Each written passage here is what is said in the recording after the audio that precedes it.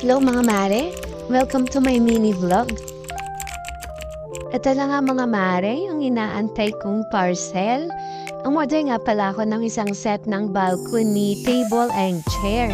So ayan siya, tagal ko talagang inantay ito kasi nga para may maupuan naman dun sa aming terrace. So pinakit ko na agad yan sa third floor dahil hindi ko naman kayang buhatin yan.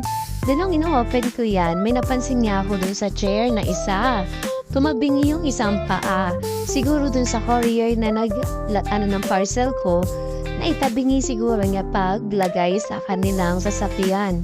So sa akin okay lang, manageable naman yung sitwasyon. Kaya hindi ko na lang siya ipapa-refund. Kasi sobrang hassle din mag-refund at ang tagal pa ng panahon bago ma-refund. Tagal nila maasikaso. So ayan, buti na lang yung table, walang sira.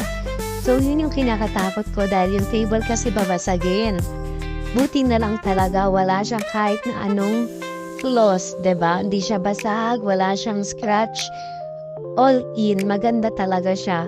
So dahil team white tayo and team black sa ating concept sa bahay, ayan, nagustuhan ko yung pagkaputi neto mga madam ko. Napaka-aesthetic, diba? Yung chair nga pala is rattan plastic, so kahit mabasa siya, hindi siya masisira mga madam ko. Ang cute ng pagkaratan niya na style. Then yung kanyang pundasyon naman ay bakal po. So yun may nakita yung kanina na nagbakbak yung part ng pintura doon sa may nabaling paa. Dahil nga syempre natupi siya kaya nagbakbak ng konti yung pintura niya. Pero sa akin okay lang naman yun. Then ayan, sinetap ko na siya. Then nauna pa nga yung anak ko, diba? Inupuan na nga agad.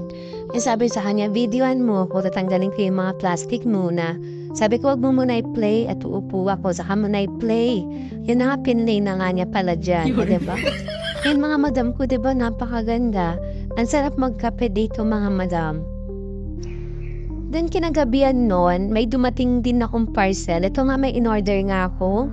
Full body mirror. Ayan na nga mga madam. 5 feet na rin pala yung taas yan. Then slim lang yung kanyang tayo. Diba?